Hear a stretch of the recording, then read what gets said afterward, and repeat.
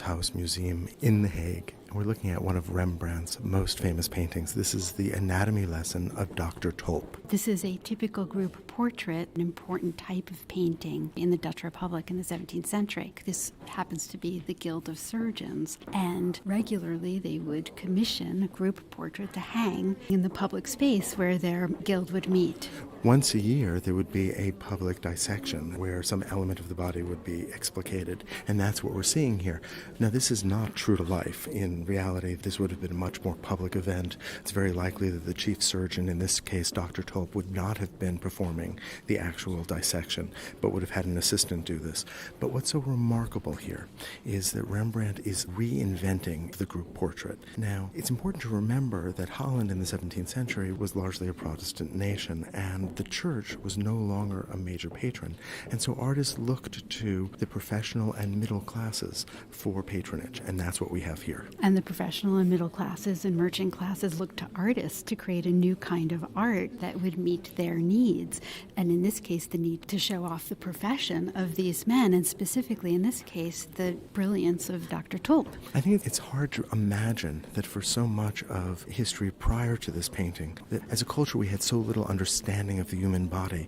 We begin to reinvestigate it during the Renaissance, and then here in the Baroque era, we begin to impose a scientific investigation on the human body and understand it again. Leonardo and Michelangelo dissected bodies pretty much in secret so they could understand how the body worked and represented in their paintings. But up in the north, in the Dutch Republic, doctors and artists were able to do this more openly. That book, At the Feet of the Cadaver, is a reminder of this renewed interest in human anatomy. They're dissecting a man who had just been hanged. He's a criminal. Look at the way that Rembrandt has taken what was a genre of painting where men's faces were often simply a line, very much like a contemporary class portrait, which was meant to be a documentation, and he's created out of that not only a sense of individuality, but a sense of a shared moment. A narrative, a story that unfolds. Each of these figures doing something slightly different, paying attention to slightly different things. And then you have this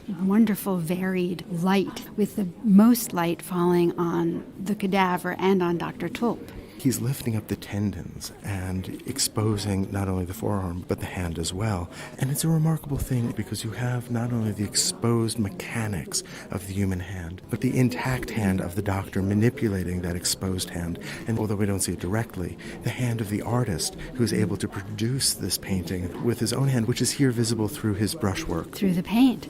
And I've always understood what Tulp was doing with his left hand as showing how those tendons would move the arm. And Rembrandt has placed these figures in a pyramid. That is, they're almost stacked on top of each other so that no face is hidden in part and each figure is given a kind of prominence. But that pyramid is off to the left, and so there's a real asymmetry, and Tulp stands alone on the right. That foreshortened cadaver coming into our space. It's a horrifying painting for us to look at.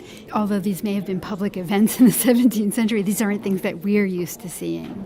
I'm interested in the fact that when we see dead bodies painted in the history of Western art, it is generally a representation of Christ.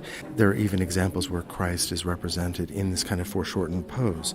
You might think, for instance, of Dead Christ by Mantegna, but here science has replaced the spiritual, and it is really a reminder that the 17th century is a point where science really does come to the fore and begins to lay the foundation for the modern world. We see Rembrandt bringing drama and bringing narrative and bringing storytelling to the group portrait. We saw this, for example, in The Night Watch, this amazing kind of animation and naturalism, removing the stiffness and uniformity of light that had been there in earlier group portraits. And like the later Night Watch, Rembrandt focuses our attention in very specific places. Look, for example, at the way in which the entire lower left corner is virtually invisible. We can just make out the elbows, the drapes of the figures. We can just make out the chair, but we're not meant to focus there. Our eye is not meant to rest there, but our eye is drawn to the center. And, of course, the most attention is given to the faces and then the attributes of the success of these figures.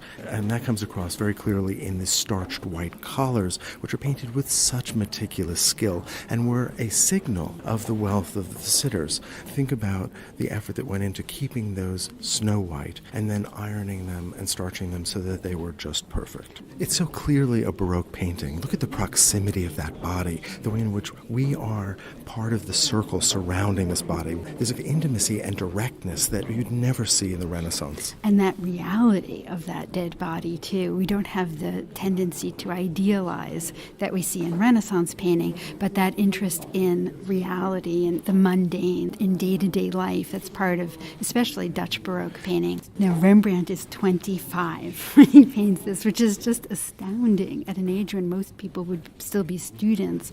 Rembrandt appears to be an accomplished artist. He had just recently moved to Amsterdam, and this painting launches his career as the most sought-after portrait painter in Amsterdam for a couple of decades to come.